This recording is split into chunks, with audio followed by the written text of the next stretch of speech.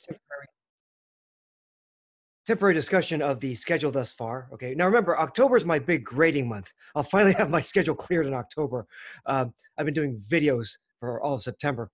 Today we're going to cover lessons 14 and 15. Today, September 21st. Okay. Last time we talked about and problems, and I'm going to show you some videos about that. We'll play a game. And we also talked about conditional probabilities. We'll talk more about conditional probabilities today in lesson 14. And then we'll talk about discrete probability distributions in lesson 15. And that'll take us to Wednesday's class. All right. Now, the homework for lessons 11 through 18 are probability unit. Okay, we're going to discuss that Wednesday of next week on September 30th. And then we have our homework session the following Monday, October 5th. And the homework will be due on a Tuesday. That's kind of unusual, but it's the one due date.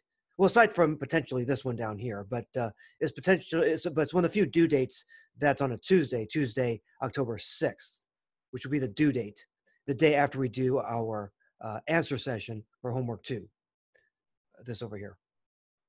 All right. So any general questions about the schedule before we go on? Okay. Any general questions? Okay, so at this point, I'd like to temporarily pause this. Pause the recording, I should say. I'd like to discuss some of the probabilities here. So Ace Rothstein, played by Robert De Niro, based off of, I think his name was Frank Rosenthal, actually. It's based on a real person. He was complaining about 3 wins on the slot machine within 20 minutes. But let's say that, hypothetically, he was complaining about 3 wins in 3 attempts. Well, even 2 wins in 2 attempts would be very unlikely, because let's say that Ace Rothstein is correct. Let's say the Robert De Niro character is correct. What's the probability that in 2 attempts, you get 2 wins, 2 big wins, the grand prize, if the probability of a grand prize win on a single shot or a single pull of the slot machine is literally 1 in a million, right? Well, it's the probability of a win on the first shot times the probability of a win on the second shot. That assumes what I word? That assumes independence. That assumes independence. Now, if the machine's fixed or rigged, then we don't have independence, right? But assuming independence, the probability would be the probability of a big win on the first pull times the probability of a big win on the second pull. Now, if Ace is right, and let's say the probability of a win on a pull is 1 in a million, 1 millionth. So the probability is 1 millionth times 1 millionth, or 1 millionth squared, right? 1 millionth squared, which is 1 in a trillion.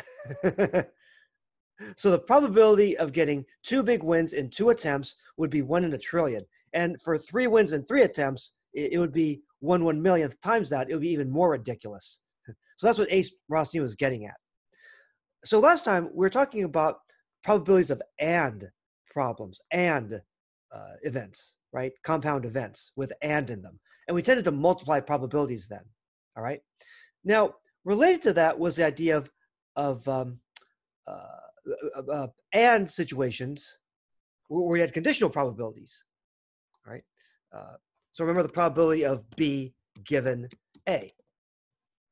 All right, we talk about conditional probabilities. In particular, the multiplication rule said that the probability of A and B happening was the probability of A happening times the probability of B happening, given that A has already happened. That was the idea.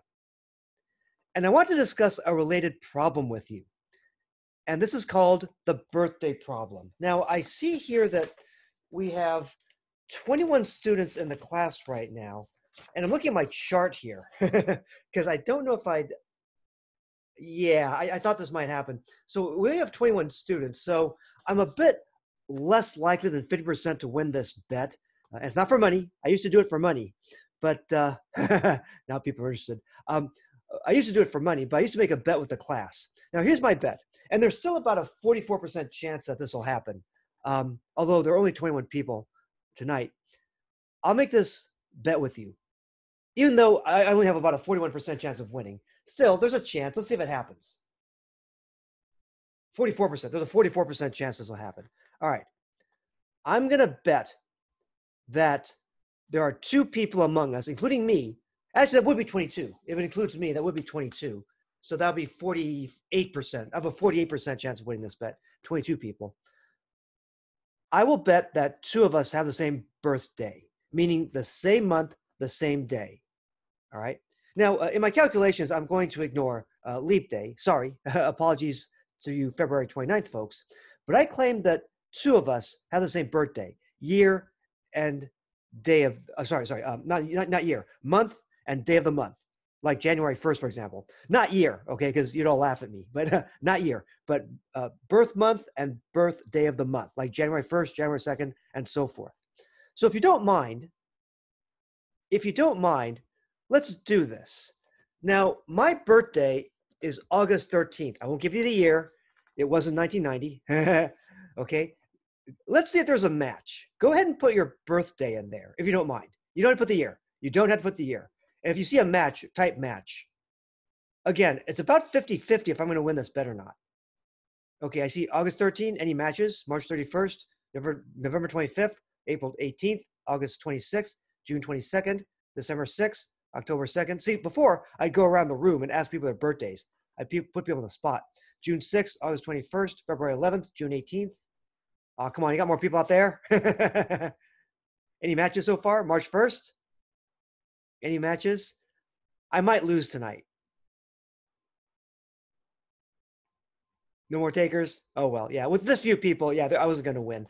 But even with 22 people, it was only about 48%. But still, the idea was that in a group of 26 people or more, there's actually a greater than 50% chance that 2 people that will have matching birthdays. And that surprises people because people are surprised that in a relatively small room of people, that still it's more likely than not that 2 people match birthdays. Okay. Close. All right. But let's talk about the calculations. Okay. Let's talk about the birthday problem calculations. Okay. So here's what I'm getting at. So let's say that N people walk into a room, all right? Now, normally in a typical semester, I'd hope to have a class, well, I hope to have lots of students and who attend, right?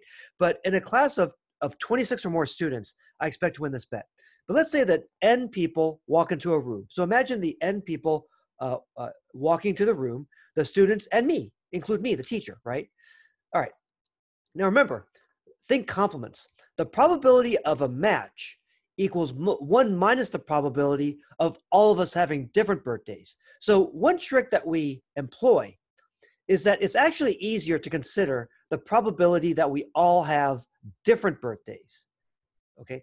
And then if you subtract that from 1, you get the probability that 2 of us will have matching birthdays, because it's hard to compute this directly, okay? It's easier to consider the complement over here. All right, and I'm ignoring leap day for now. Apologies to leap day folks. Any leap day folks out there?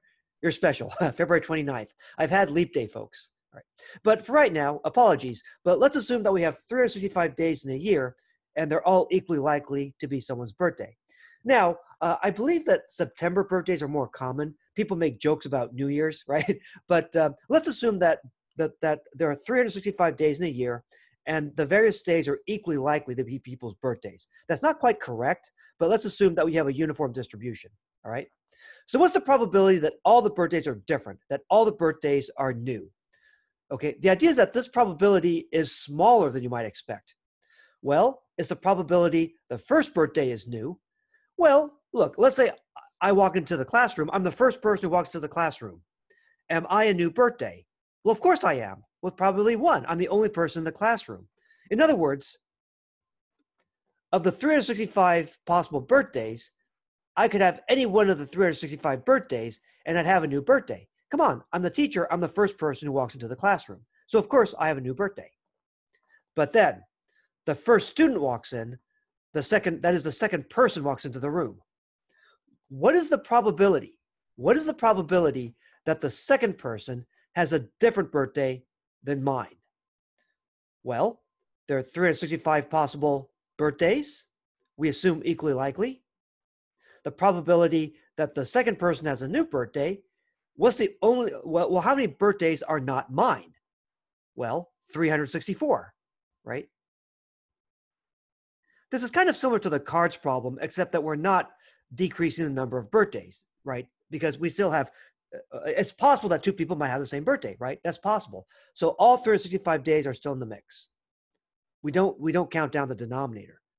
Times. Now, what's the probability that when the third person walks in, the third person has a new birthday? What's the probability that the third birthday is new, given that the first two were new, right? We're building up a scenario.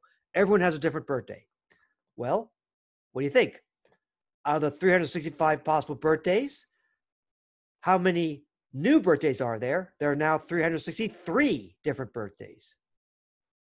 Now, as it stands, it's still very likely that the 3 birthdays here are new, are different. This will still be close to 1. But folks, imagine this. You keep multiplying by fractions that are getting smaller and smaller. And when you multiply numbers together, like 1/2 or 1/3, right? Those kinds of numbers, you're shrinking the overall product.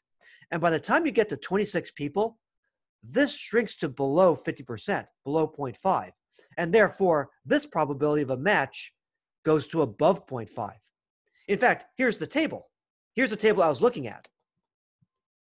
Okay. Now, for 5 people, there's only a 3% chance that we get a match for 5 people. But by the time you get to 20, it's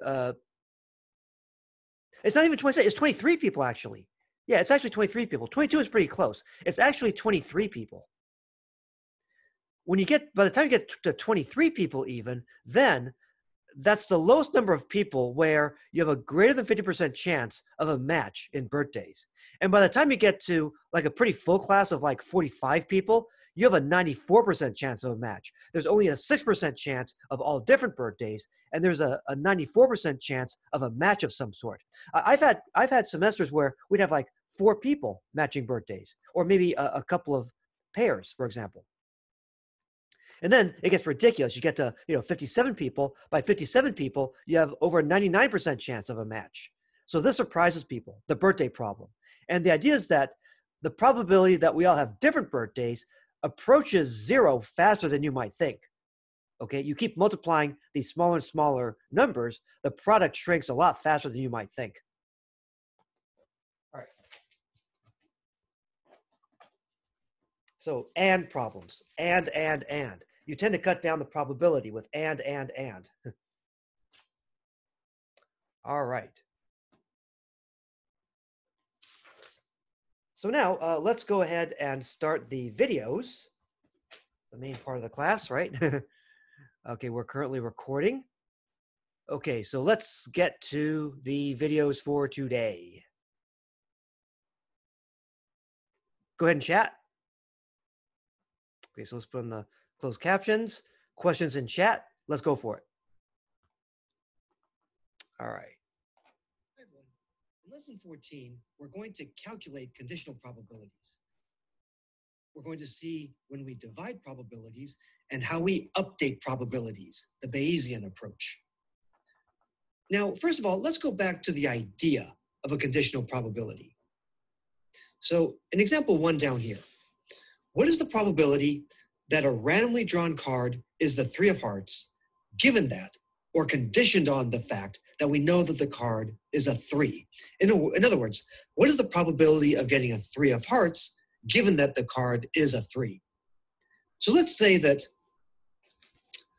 you draw a card from a deck. You don't look at it, but I do. And we ask, what's the probability that this card is the 3 of hearts? Now let's say that I tell you, hey, I see your card, and I can tell you right now that the card is a 3. The rank of the card is 3. What is the probability then, the updated probability, that you have the 3 of hearts? Because here's the idea. The prior probability of getting the 3 of hearts was what? Well, how many cards are there in a standard deck without the jokers? 52 cards, each of them equally likely, presumably. So the probability that the 1 card you get is the 3 of hearts will be 1 over 52. That's the prior probability. But now I'm looking at your card and I'm telling you, hey, I'm telling you that the rank of the card is a 3, which means that we're restricted to this row over here. What then is the updated probability, the conditional probability that you have the 3 of hearts, given that you know the card is a 3? Assume I'm being honest. It's going to be, well, how many of these cards are the 3 of hearts? 1 card. How many cards are 3s? 4. So the probability, the updated probability, is going to be 1 over 4.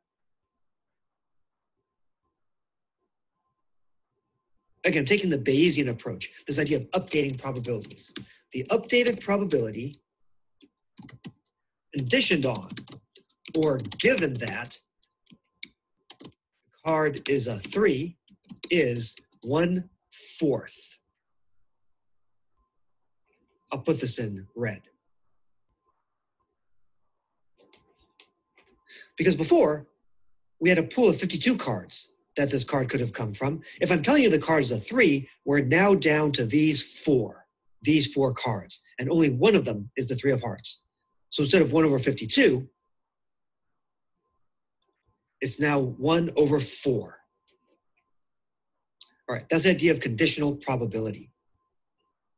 Now, what are some formulas we can use for conditional probability? Well, remember, before, when we talk about the probability of getting A and B, this was the general multiplication rule for these AND probabilities.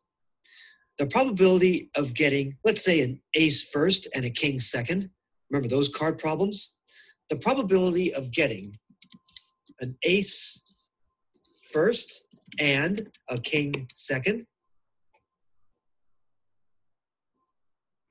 this was equal to the probability of getting an ace first. Very conveniently, that corresponds to event A over here, times the probability of getting a king second, given that, or conditioned on the fact that we got an ace first. We're building up the scenario. The probability of A and B equals the probability of A times the probability of B given A. Now let's say that we solve this formula for this conditional probability, P of B given A. We can do that by dividing both sides by P of A. We do that over here.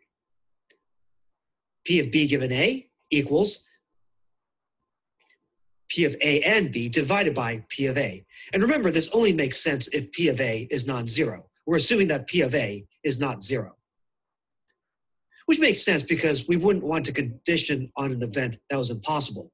Now, bear in mind, in graduate level probability, in continuous probability, you do this when studying Brownian motion, but that's more of a calculus idea. For right now, we're assuming that P of A is not 0, that we're conditioning on a possible event. If you turn it around, it looks like this. The probability of B given A equals the probability of both events happening over the probability of the event that we're conditioning on happening. So if you look at this in terms of a frequency table, like in the tutoring example, or if you want to think in terms of dice or cards, you can think in terms of ELOs, equally likely outcomes. The probability of B given A equals the number of trials or ELOs where A and B both happen over the number of trials or ELOs where A happens. So instead of thinking in terms of fractions or decimals here or here, we can think in terms of integers on the top and the bottom. That's more convenient. And by the way, why does this make sense using a Venn diagram? So imagine that these are all possible outcomes. Let's say we're talking about equally likely outcomes. Okay. So here is S, the sample space for all equally likely outcomes. S is all of this. So let's say that this is event A. in here are all the ELOs for which A occurs. This is event B. This is the event B, and in here we have all the trials for which B occurs. And let's say that there is an overlap, an intersection here that's not empty. This in here would be A and B, the intersection. This inside here would be A and B, the intersection, the overlap.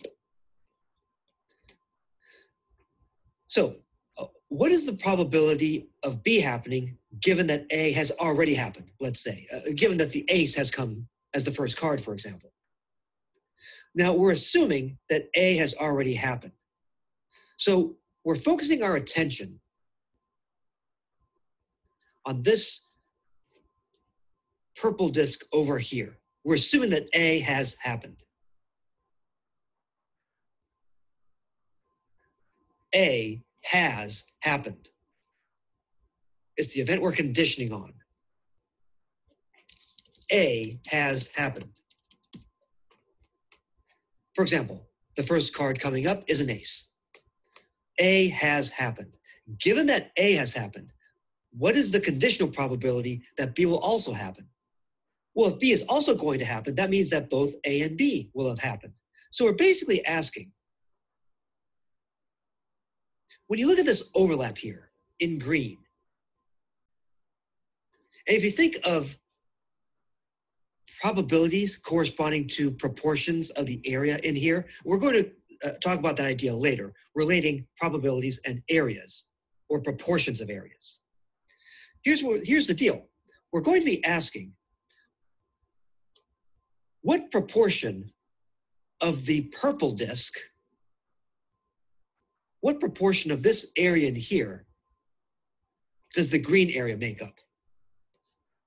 So for example, if this green area makes up a third of this purple area total, then the conditional probability is 1/3.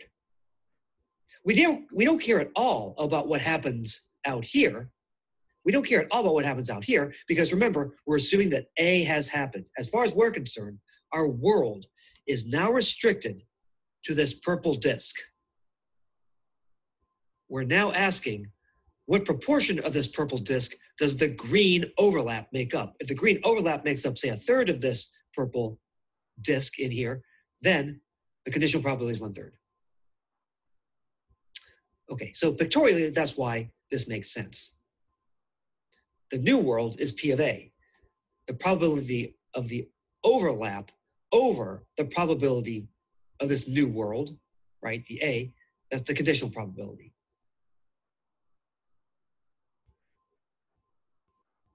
Hey everyone, so let's apply these ideas to a cards example involving ELOs, equally likely outcomes, and then the tutoring students example, which involved a two-way frequency table. First, let's do the cards example. Again, so what's the probability? Yeah, well, I guess I should ask, I figured people want to see the examples, but if there are any questions, go ahead and chat. But I'm proceeding with this video. Draw a 3 of hearts, given that the card you've drawn is a 3. Well, let's take a look at the overall sample space. The overall sample space S consists of all 52 cards, equally likely outcomes, all 52 cards.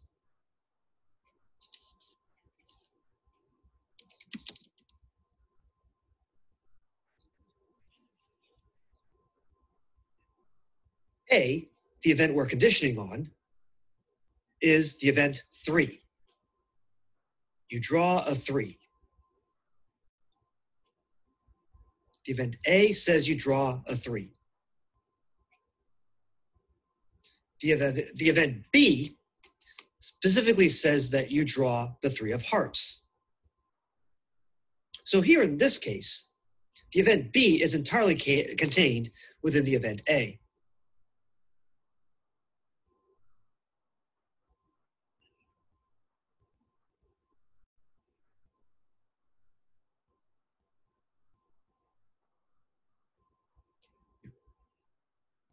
So here's the deal. literally, here's the deal. So what are the threes? The threes are the three of diamonds, the three of clubs, the three of spades, and the three of hearts. So we're asking, what's the probability you get the three of hearts given that you've gotten a three? Now remember, we're conditioning on the notion that you got the three. So we're restricted now to A.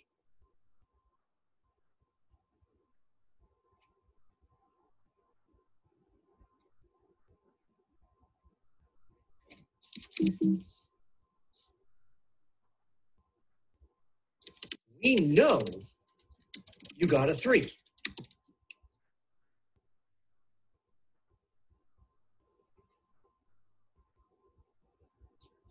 So we are now restricted to this new world. We're only in the world where you got a three. Believe me when I tell you that you got a three. Now, what's then the probability that you have the three of hearts given that you got a three? Well, the three of hearts makes up a quarter of the probability in here, 1 out of 4. So that's the conditional probability, 1 out of 4. It's not 1 out of 52. It's 1 out of 4. Okay, any questions about that cars example before we go on? I'm trying to get this idea of conditional probability, the idea of updating probabilities given information, right? Hi, everyone. Let's now use a two-way frequency table to compute conditional probabilities. We've seen this table before. So remember, there's a class of 26 students, all of them passing, all of them sophomores, juniors, or seniors.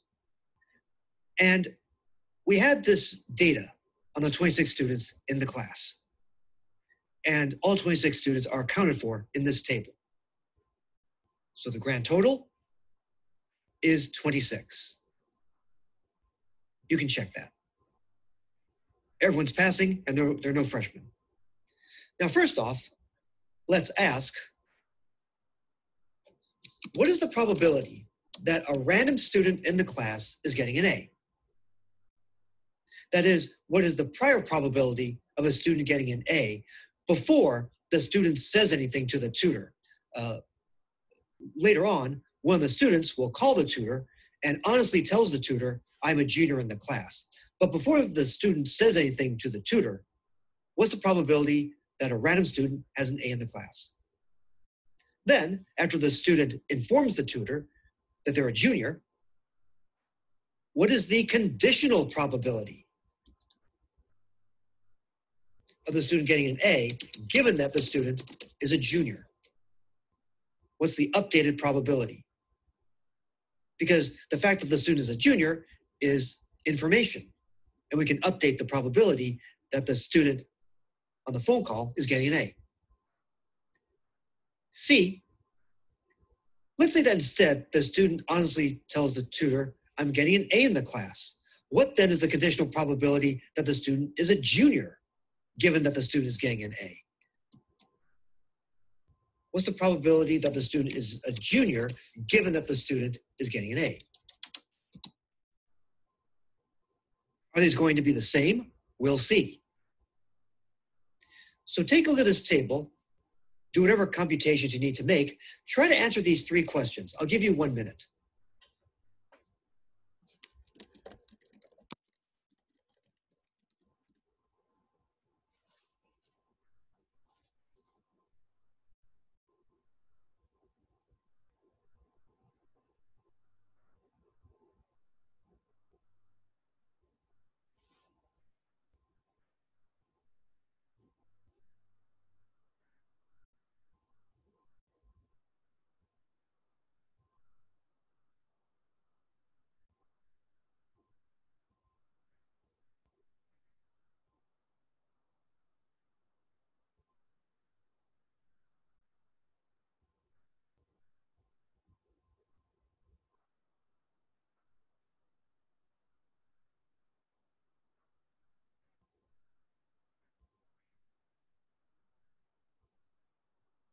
Okay, before the student says anything to the tutor, what's the prior probability that the student is getting an A?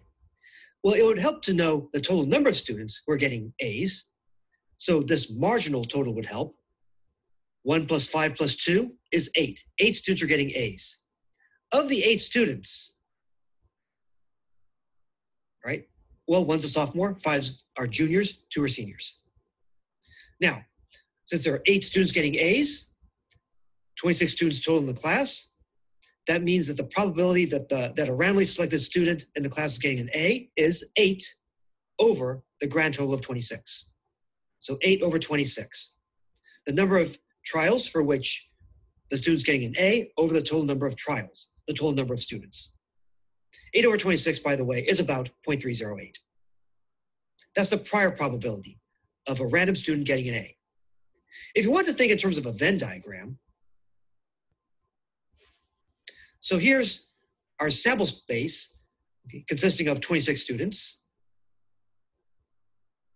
We can say that the size of the sample space is 26 students.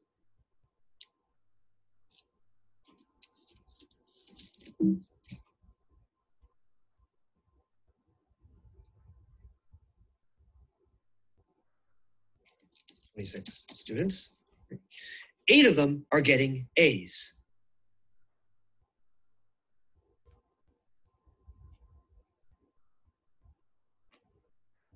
Eight of them are getting A's.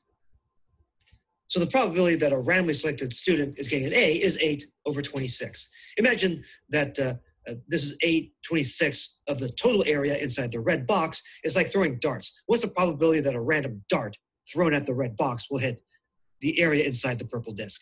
8 over 26.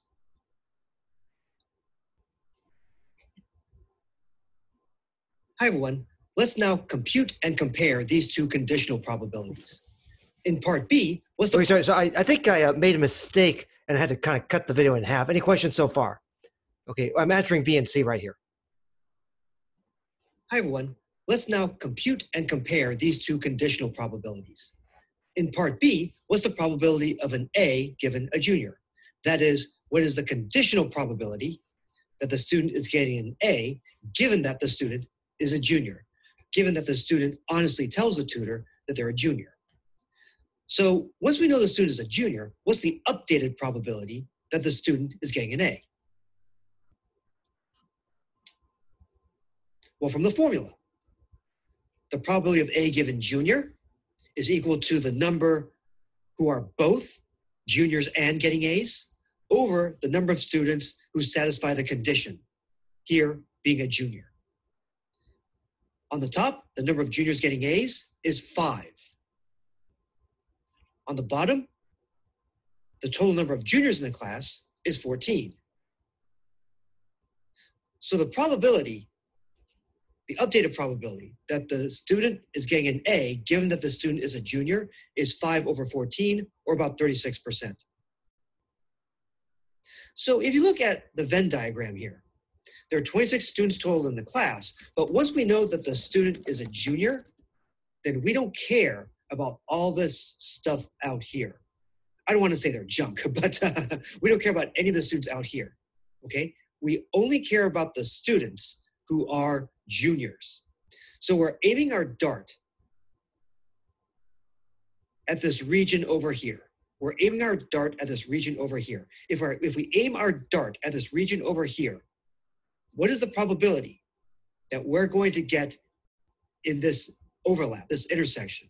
The 5 students who are juniors and getting A's. So once we're restricted to this new world of 14 juniors, what's the probability that we'll also get a student who's getting an A? It's 5 over 14. The 26 is irrelevant. That's a bit more than a third. If we aim at the purple oval here, the probability we'll get inside the brown orange area in here is 5 over 14. About a third. Now, what about the probability of junior given A? Imagine that the student tells the tutor, hey, I'm getting an A in the class. what is the conditional probability that the student is then a junior? All right, well, the numerator is going to be the same, the number of students getting A's and who are juniors. The overlap intersection event, A and junior, is the same as the overlap intersection event, junior and A. B and A and B represent the same intersection event, the same overlap. In both cases, the number of juniors getting A's, that's 5. So the numerators are going to be the same for both here and up here, the 5 up here. But the denominators are different. The number of students getting A's is only 8. We had 14 juniors up here, and it was less likely that we'd have both a junior and an A student. But over here, we have fewer A's, fewer A students. And it turns out the probability of getting both will be higher. We have only 8 A students. 5 over 8 is about 63%. Notice that's very different from up here. So observe that the probability of A given junior, is that equal to the probability of junior given A? No, in fact, they're pretty far apart in this example. Now, let's look at the Venn diagram for C. Now, for C, we restricted ourselves to the world of 8 A students. So we're aiming our dart at this green region over here. The probability that we hit this brown-orange region in here, this overlap region, is 5 over 8. So it was much more likely, in fact, we had a greater than 50% chance that we would hit the overlap region given we were in the green disk. This was much more likely than if we were guaranteed to just be in the purple oval over here. It was less likely, it was about, 35, 36%. There's only about a 35 to 36% chance that we'd land in this brown-orange overlap over here. So if you wanted to be a junior getting an A, the key thing is, are you getting an A? And then it's a lot more likely that you're a junior. Whereas if you're just a junior, it's not that likely you're getting an A. And you can also get that from the tables. Again, we use the 5 here on the tops for both formulas, the number of students in the intersection event, the overlap, but we have different denominators. Here we use the marginal, the row total 14 for juniors. Here we use the column total, the 8 A students for the denominator. We had a smaller denominator here, so that ended up raising the probability.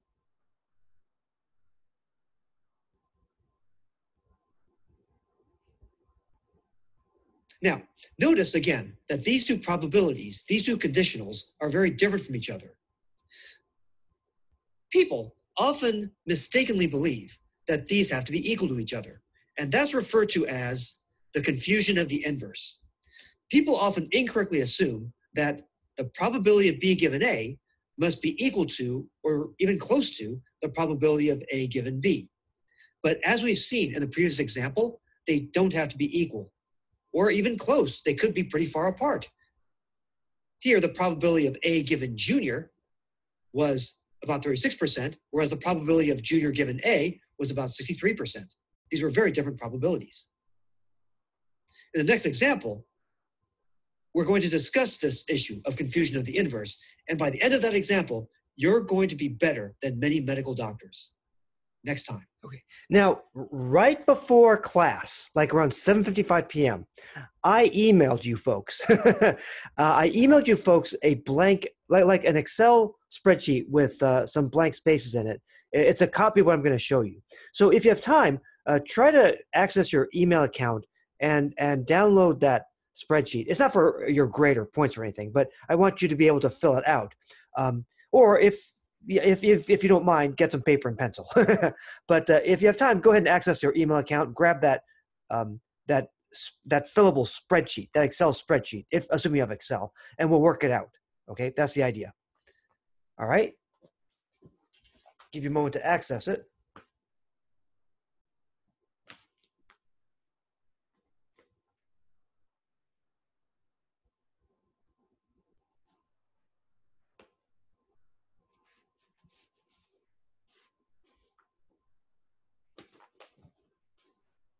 All right, so we're going to talk about that spreadsheet over here, and we're going to make you smarter than medical doctors. Hi, everyone. Let's see if you can beat the doctors on this. A medical diagnosis. Let's assume that 100,000 adults live in Fredonia.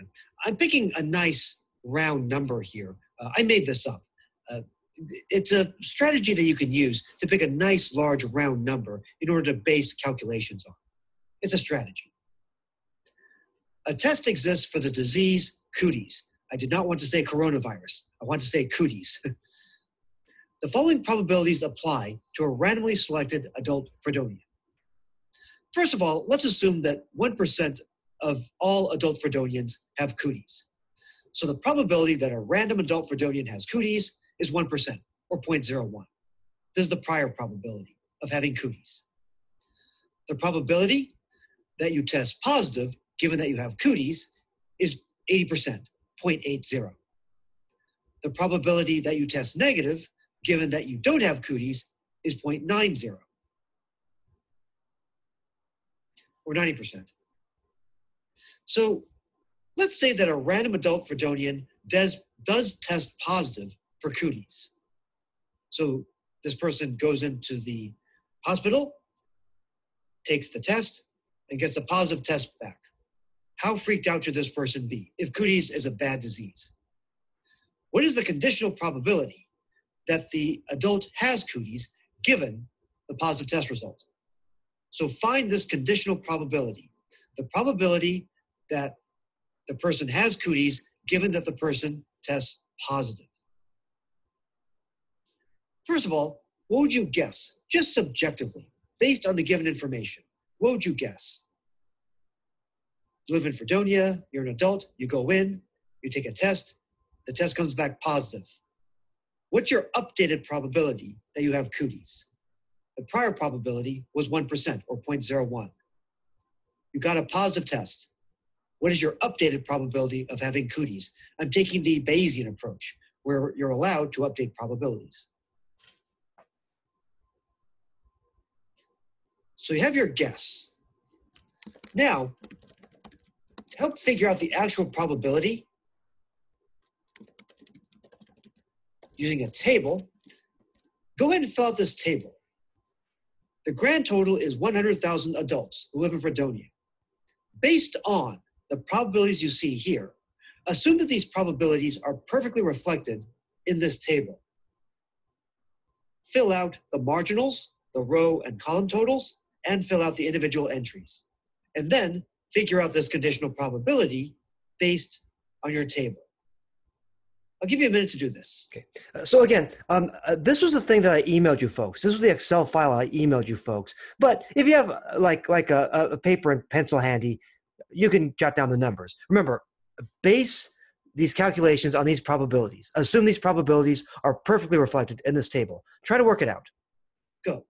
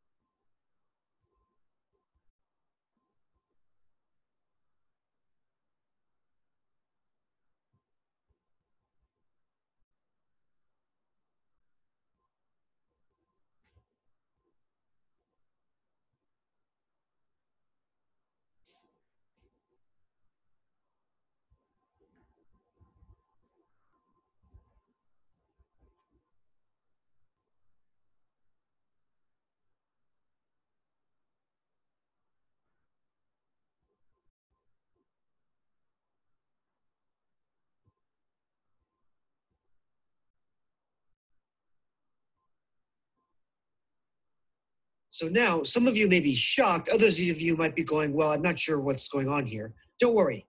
Let's work through this. All right.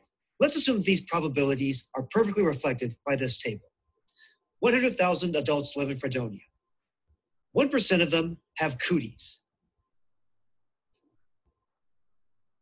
1% of 100,000 is 1,000. So 1,000 adult Fredonians have cooties. They go in the yes column here. Which means that the other 99,000 adult Fredonians do not have cooties. So 1,000 adult Fredonians have cooties, 99,000, the other 99,000 do not have cooties. You have this unfortunate 1% who have cooties out of the 100,000. Now, among the 1,000 people who have cooties, 80% of them will test positive. So among the 1,000 people who have cooties, we're saying that 800 will test positive, the other 200 will test negative. Among the 99,000 people who don't have cooties, 90% of them will test negative. It might be easier to figure out the 10% that test positive. Among the 99,000 people who don't have cooties, only 10% test positive. That's 9,900. And then I'll subtract to get the number of negative test results among the people who don't have cooties. That's 99,000 minus 9,900, so 89,100. So now, looking at these marginals here, the row totals, how many people total should be testing positive if all 100,000 adult Fredonians are tested? 800 plus 9,900 is 10,700.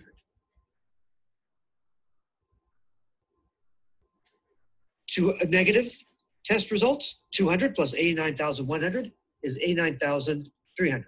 Or you could have subtracted this from this. As a check, you can see that this plus this is 100,000. Also, this plus this is 100,000. All right. Now, when we compute this conditional probability, what numbers do we need? We need the number of people who test positive and have cooties. That's right here. They test positive and they have cooties. I'll put that in red. 800 adult Fredonians should be testing positive and they have cooties, divided by the total number of adult Fredonians who test positive. Remember, it's the number of people who satisfy the condition, testing positive. That number goes in the denominator. The total number who test positive is the 10,700. Put that in blue. All right. Well, what is 800 divided by 10,700 as a decimal and then as a percent? And by the way, what was your initial guess? Because a lot of doctors said something like 75% or 0.75. What was the actual? Again, this is a copy of our table. The number of people who test positive and have cooties is 800 over the number of people who test positive, 10,700. That's about 0.0748 or about 7.48%. So look back at your guess. You may have guessed something like 75% or something like that. That's what a lot of doctors did. Remember, the prior probability was only 1%. A positive test only took you up to about 7.5%. And notice that this probability, the probability that you have cooties, given that you test positive, is very different from this, the probability that you test positive, given that you have cooties. So people tend to be focused on the 80% here, the 0.80, but they should have been more focused on the prior, the 1%, because this is more powerful.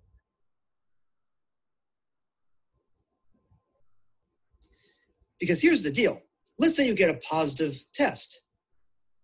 It's much more likely that you fall in which cell? It's much more likely you fall in this cell than in the red cell. Now, if you don't have cooties, but you test positive, you're called a false positive. There were a lot of false positives, 9,900 false positives, relative to the 800 people who were true positives, people who actually had cooties and tested positive. So if you get a positive test result, it's much more likely that you don't have cooties, you're a false positive, than that you do have cooties, that you're, in a way, a true positive. So if you've guessed something like 75% or so for this problem here, for this probability, don't feel so bad. don't feel so bad. Because if you ask medical doctors were asked this.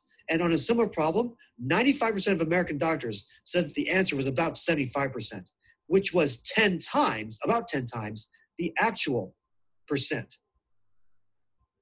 about 7.5%. 75% is almost 10 times 7.5%. The true probability was about 7.5%. The doctors were guessing about 75%. They were off by a factor of 10. Now, perhaps you were too, but, well, the doctors were off by a factor of 10 as well, almost all of them. So these doctors, almost all American doctors, were off by a factor of 10. They did a massively poor job on this diagnosis problem because they engaged in what you may have engaged in, which was you engaged in the base rate fallacy. You ignored the prior probability. You focused more on this 80% here. We asked you for the probability of B given A, and you were focused on the probability of A given B, when really you should have been focused on the prior probability. This 1% here, the 0.01, had much more of an influence. People ignore the impact of the prior probability, that 1%. Although the Cooties test seems to do pretty well, these probably seem to be pretty high. 80% of people with Cooties tested positive, 90% of people who didn't have Cooties tested negative. Those sound like good probabilities. They're not good enough to raise this 1% to as high as 75% or something like that. The Cooties test seemed pretty good, but it did not justify inflating the prior probability of 1% to something like 75%. Imagine the scale here from 0 to 1. The prior was stuck all the way down here at 1%, 0.01. That was the prior probability. The prior probability that a random adult Fredonian had Cooties. It was just 1% or 0.01. If you get a positive test, do you go all the way up to here, 75%? No. You just go up to about 7.5%. I'll do this in blue. You just go up to about 7.5%, about 0.075. Now, on the one hand, you could say that given a positive test, so this was the impact of the positive test, given the positive test result, yes, the probability, the updated probability that you have Cooties is multiplied by a factor of 7 to 8. That's one way of looking at it, but it's not multiplied by a factor of 75 or 80. You don't go all the way up here. So the prior probability of 1%, that was hard to raise. Even though the test looked good based on these probabilities, well, the prior was only 1%. It's hard to raise the prior.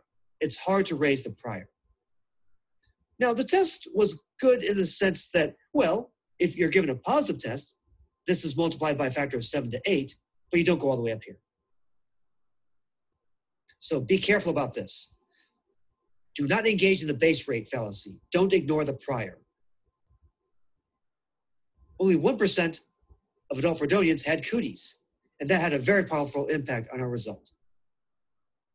There were a lot of false positives. By the way, in addition to testing for a disease like Cooties, can you think of other applications? Maybe things like drug testing or lie detector tests.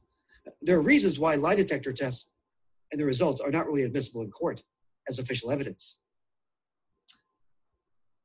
Okay, so now you're smarter than 95% of doctors. Congratulations. Another note over here. Hi, everyone. Just a quick note before we go on. In the medical diagnosis problem, remember that the prior probability of having Cooties was 1% or 0.01, and this conditional probability that I had you find, the conditional probability of having Cooties given a positive test was about 0.075.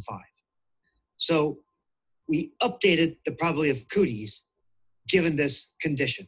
I wanted to include this notation here. I asked you to find this. Well, first I had you guesstimate it using a subjective probability, and then we actually found it together using a table. So I want to stress that notation. Okay, now that's lesson 14, okay? Lesson 15 was in one big 18-minute block. Any questions before we go on? And then after this, there's some fun things we can do. So I know we've had a bunch of these things coming together, but we'll do some fun stuff also at the end. Any questions? Any questions? Lesson 15 is fairly straightforward. Any questions? All right, let's do this, and then we'll have a lot of fun at the end. We'll talk raindrops. Hi, everyone. In lesson 15, we're going to discuss discrete probability distributions. What is possible and what are the chances? So we're going to let X, remember him? We're going to let X be a quantitative random variable. For example, in example 1, if you roll a standard 6-sided die, let X be the result of that die. Now, before you roll the die, the value of X is basically a number that is not yet known. We have not yet rolled the die. However, we can know its probability distribution, assuming that the die is an ideal standard die. Ignore the issue of the holes and all that. Assume that it's an idealized standard die. Well, we then know its probability distribution, which would give the possible values of X and their corresponding probabilities of occurring. So for example, if you're rolling a 6 standard die, what are the possible values of X and what are the corresponding probabilities? Assuming that the die is perfect. Well, X has the following discrete probability distribution. The possible values are nicely listed. They're listable, they're countable. That's why we call it a discrete distribution. The possible values of X are boom, 1, boom, 2, boom, 3, boom, 4, boom, 5, and boom, 6. We can cleanly list these possible values, unlike for a continuous distribution on, for example, weights or heights. The corresponding probabilities will all be equal, 1/6 apiece. What do you call this kind of distribution when the probabilities are all equal? Starts with U. That's called a uniform distribution. All the probabilities for all the possible values are equal. We'll talk more about uniform continuous distributions later on. Now, the distribution of X can be described by a formula. Here, it's very straightforward. The formula here would just be P of X equals 1/6, as long as X is either 1, 2, 3, 4, 5, or 6. That's the formula for the die. So the distribution may be described by a formula, a graph. So we might use bars in this case, like a probability histogram. So we have here the numbers 1 through 6. And each bar would have height 1/6. Each width would be 1 unit.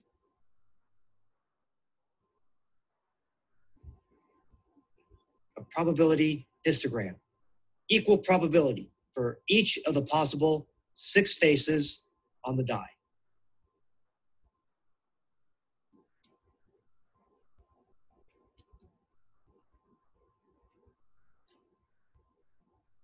One-sixth apiece. Now, if you actually roll a die, you'll get some sampling error, but these are the probabilities. A uniform distribution for a die. All right, or a table, like so. All right, so again, a probability distribution may be described by a formula, like this, by a graph, like a probability histogram, or a table, like so. All right. Now, a discrete probability distribution, and again, a discrete probability distribution is one in which the possible values for the random variable can be listed in a table, like so. The integers from 1 through 6. A discrete probability distribution must have these 2 characteristics. Well, the numbers over here must be actual probabilities. They have to be real numbers between 0 and 1. They must be real numbers between 0 and 1. You can't have negative numbers or probability or numbers like 2 or 3. And all the probabilities must add up to 1. So you must indicate all the possible values, and the corresponding probabilities have to add up to a sum of 1. If there's round-off error, there's round-off error. All right, so for example, let's say that an office has 4 computers, and any number of them might break during the week. We will randomly select a 5-day future work week for the office. Ignore holidays and all that. Let X be the number of computers that need a repair during the week. The IT manager for the office gives you the following incomplete probability distribution for X. So the IT manager is basically saying here that the probability of one computer being broken in that week is 20% or 0.2. So P of 1 here, that's the shorthand, P of 1 is 0.200 or 20%. Likewise, the probability of 2 computers needing a repair is 10% or 0.1. The probability of 3 computers needing a repair is 4% or 0.04. The probability of 4 computers, all 4 computers needing a repair, is 1%, 0.01. Your task, find A. That is, find the probability of none of the computers needing a repair, assuming that these other probabilities are accurate. Find A, the probability that none of the computers need a repair that week. Find P of 0. So what would you do?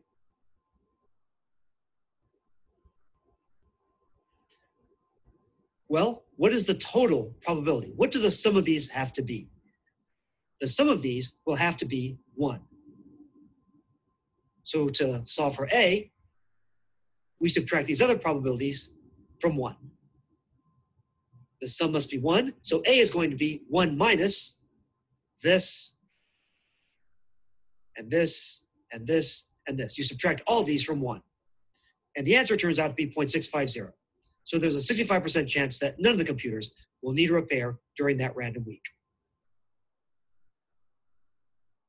All right, so that's P of 0. And that's often a convenience. So if you're just missing one probability, but you know the others, what you can do is you can subtract the other probabilities from 1 and get the desired probability.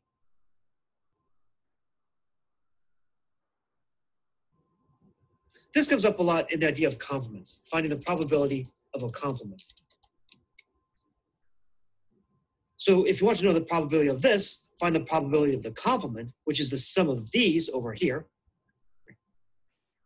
So these are complementary events over here. These represent complementary events. And then you can find the probability here, the A, because these have to add up to 1. All right. Now, a lot of people have trouble with the wording of inequalities. And in a way, this is a skill that's even more fundamental than a statistics class. It's a matter of proper English and understanding terminology in pre-algebra. Wording of inequalities. We're going back to the previous example. So we're plugging in P of 0, which was 0.650 over here. We've done that. Based on this probability distribution table, right? Write the following as inequalities, rewrite them as a sum of probabilities, and calculate the indicated probability. So for example, the probability that at least one of the computers will need a repair. First of all, what does at least one mean? We have to ask 2 questions. Okay, so at least one, what does that mean? First of all, do we include 1? Does at least 1 include 1? If we say a family has at least 1 child, is it possible that the family just has 1 child? Yes, at least 1 does include 1. I'll put a solid dot here and label it a 1. And then, do we want greater numbers or lesser numbers? At least 1. If you're told to be eligible for financial aid, you have to take at least 1 class. Can you take more or fewer? You can take more. So what does at least one mean in this table? It means that one computer could be broken, or two, or three, or all four. And to find this probability, we have to add the corresponding probabilities over here. Also, what's a quick way of calculating this? I mentioned the idea before. Consider the complement, the probability that no computers are broken. Its probability is 0.650. So a quick way of finding the desired answer is to just take 1 minus 0.650.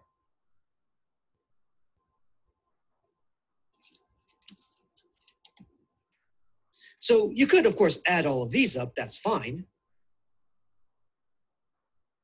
You could take the sum of these, add these all up. That would work. But it's easier and you're more likely to get the correct answer. You're more likely to be accurate if you take 1 minus this, which is 0.350.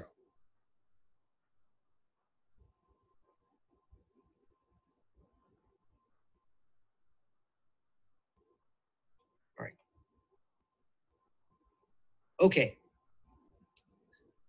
Now again, over here, at least one, do we include one? And do we go higher or lower?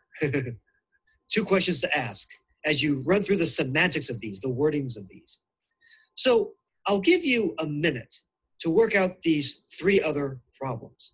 B, the probability that more than one computer will need a repair in that week. C, the probability that at most two computers will need a repair in that week.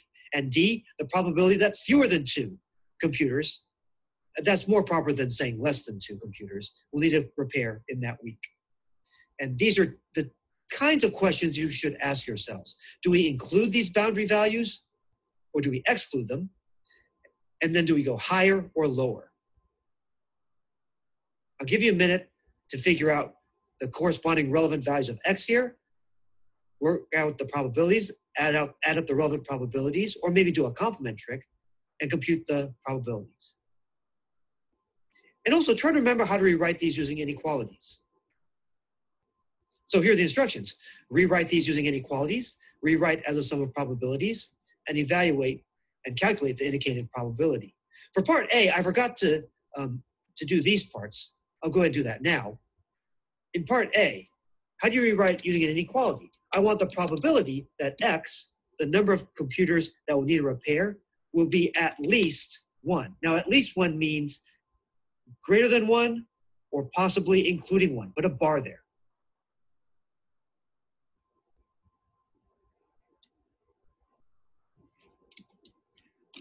The probability that X is at least 1. The probability that X is greater than or equal to 1. That's how you would write it in an algebra class. And then what are the corresponding probabilities? What do we add up? We would add up P of 1, the probability of one computer breaking, plus P of 2, plus P of 3, plus P of 4, the probability of all 4 computers breaking. Or more easily, it's good to know that you can also think of this as, you could also compute this as 1 minus P of 0. Use the complement trick. Take the complementary probability, subtract from 1. That's what I did over here. So for B, C, and D, rewrite using an inequality, rewrite as a sum of probabilities, maybe consider using this complement trick, and calculate the indicated probability. I'll give you a minute.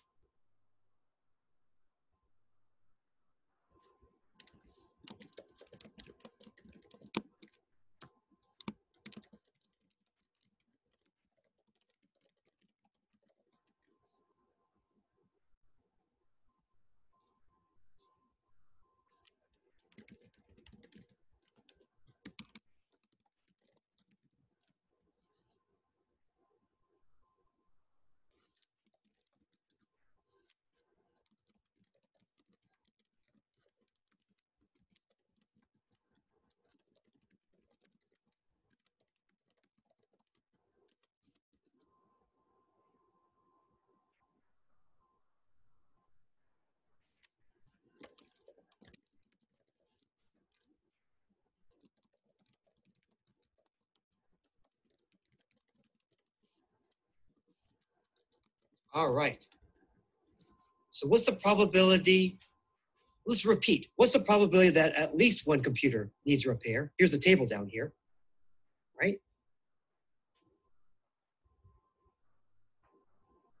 Again, repeating part A.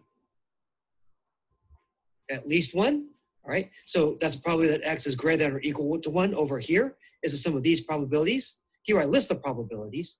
On your homework, do either this or this. You don't have to do both, but do either this or this, and then give the final answer, 0.350. On B. I want to make a quick comment. You want to show me some work, because if you give me a final answer and it's wrong, how can I give you partial credit? Right? So you want to show me some work, right? And again, you could use the complement trick over here, 1 minus P of 0. On B, the probability of more than one computer needing repair. Does more than one include one or exclude one? It excludes one. More than one excludes one. And then do we go higher or lower? We go higher, greater than 1. The probability that x is strictly greater than 1, so we want the x values of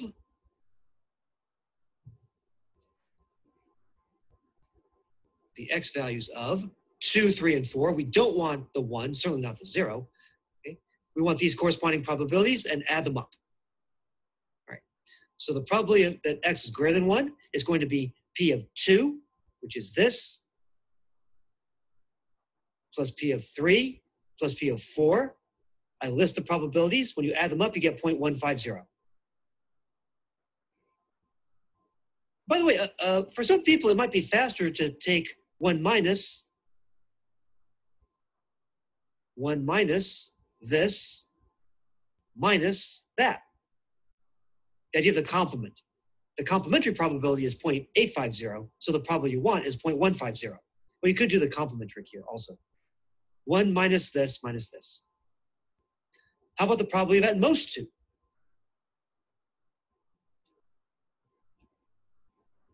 At most 2 includes 2, and we go lower.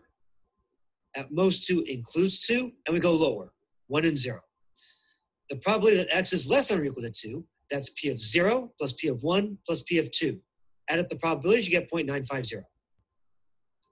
So you want 2 and everything below it. Or you could go 1 minus that minus that. That's also legal. Or 1 minus the sum of these. You could take the sum and subtract off that from 1. Right. The probability of fewer than 2. We exclude 2, so I might put an open circle here. We exclude 2.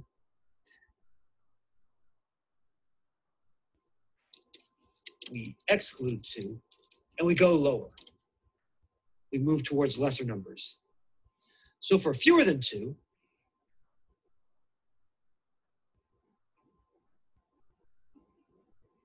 we don't want 2 itself, but we want x equals 1, also x equals 0. We add up these probabilities.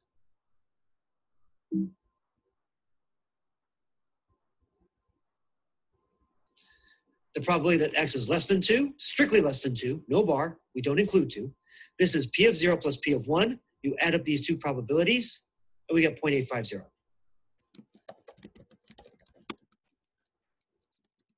Okay, next we're going to use these kinds of tables to talk about things like long-run averages and expected value. Okay, so that ends the primary lecturing on lessons, what was it, 14 and 15. All right, so you can do that homework. But we're going to do some more fun stuff right now. Any questions about that? It's the wording. It's the wording. And again, the two key questions to ask, are you including the boundary value or not? Do you go higher or lower? If you get that, people normally get these, but it's the wording that gets people. All right. Any questions? Otherwise, we'll go ahead and have some fun. Let's think about some probabilities. Let's think about probability in general. All right. So here's an idea. And I'm following up on the extra credit that we did before. Let's see here. Okay, where did I put the? Okay, there's a slide I have here. I guess I'll pull it up again. Okay, I'll pull it up again. Raindrops. All right, and in fact, on the TV series Numbers, David Krumholtz does a similar thing here. Folks, which raindrop pattern is more likely? If 9 raindrops fall on the sidewalk, what pattern? What are they more likely to look like? On the left in red or on the right in blue? What's the more likely pattern for 9 raindrops? Yeah, I agree. Yeah, I agree with all of you. Blue on the right. Okay. You would expect raindrops to follow a nice systematic pattern like this. It's almost like a die face almost. You expect maybe a cluster here, like the 3 here, and then maybe a couple here, a spattering here. I agree. The one on the right is more likely to be realistic. And why is that? Because in reality, we do tend to expect clustering, not a clean systematic pattern like this. All right. Here's a related idea, a much more serious. Bombs over London. So what some analysts did after World War II, they looked at a neighborhood they looked at South London. They looked at all of South London, and they divided the map into 576 regions, like blocks almost. And they looked at each block and they asked, well, how many bombs fell in each block? So some blocks got 1 hit, some blocks got 2 hits. Some blocks were very lucky, they were spared any bombs at all. They got 0 hits. So take a look here. By the way, this is called a Poisson Scatter, kind of like the raindrops. So the idea here is called Poisson Scatter, how things fall like raindrops. Or just if you randomly have points popping up on a screen, for example. All right. Well, of the 576 blocks, let's say, most of them, 229, weren't hit at all. Good for them. 211 were hit once.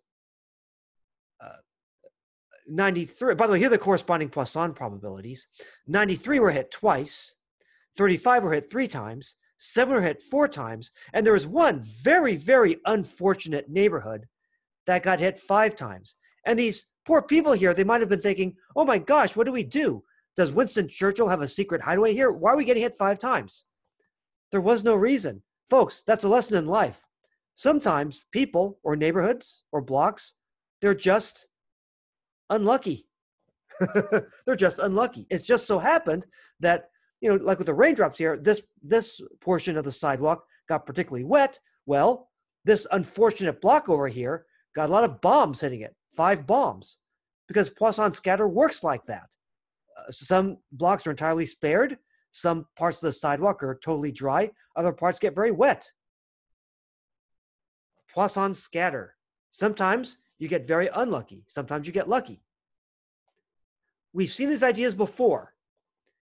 Take a minute to answer these 3 questions. And this is related to the extra credit thing we did last time, number 2 and 3 at least.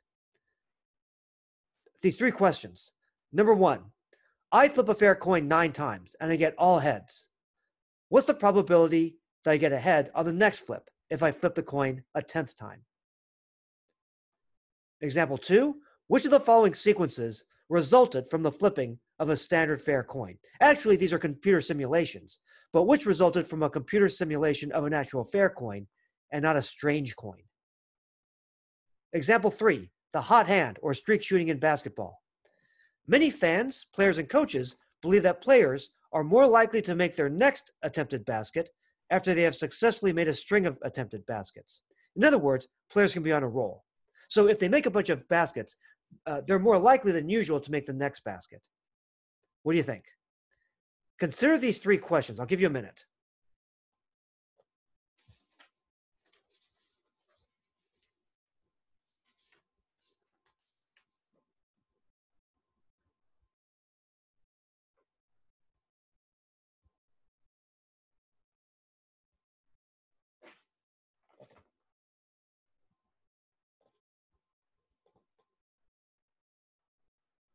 Like example 1, for example. What do you think the answer is to example 1? You've flipped a fair coin 9 times. You've gotten all heads. 1 is correct. The probability you get head on the 10th flip is 1/2. But I'll give you some more time.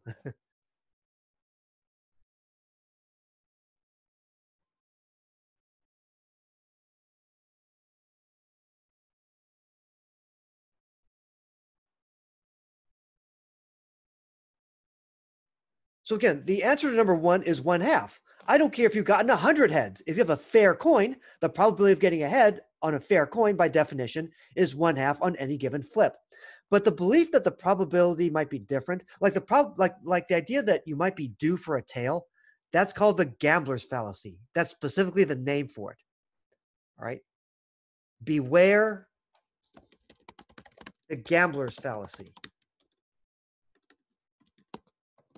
The idea that you're more likely to get a tail the next time. Which of the following sequences resulted from the flipping of a standard fair coin? The top or the bottom?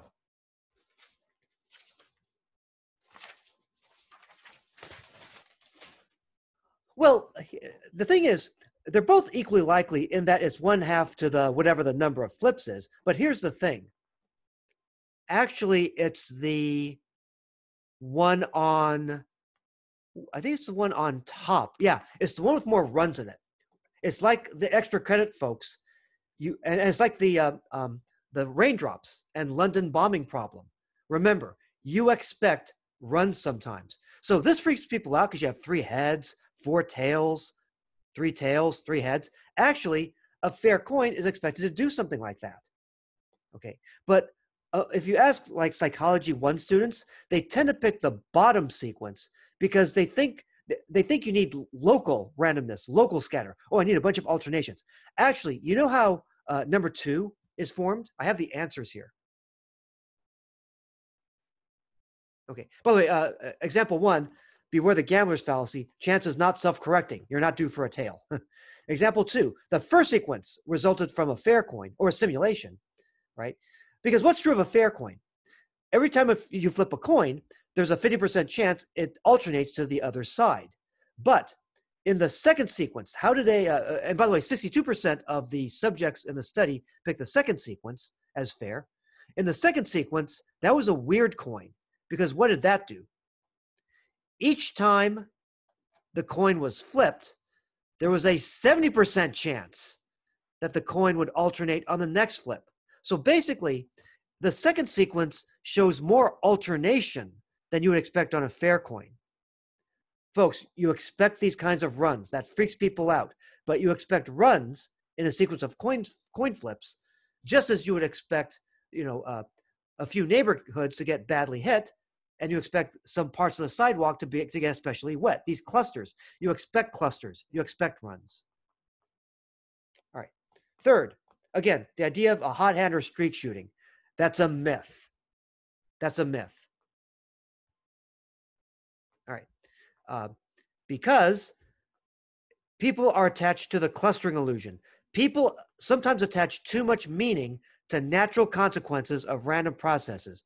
They see a run, like a run of made baskets, successful basket shots, okay, and they think there's something going on there. No, it's just a result of random chance. You expect to see runs. Don't attach too much meaning to them. Going back to number 2, right? The lessons here. People often erroneously think that random processes must appear random everywhere. No, you do expect runs sometimes. You do expect runs or clusters sometimes. The clustering illusion is that clusters don't naturally happen. Sometimes you get clusters. Sometimes you get wet pieces of sidewalk. Sometimes you get very unlucky neighborhoods. All right. So that's it for today. We'll talk more about probability next time. We're done through lessons 15. Any questions? Any questions?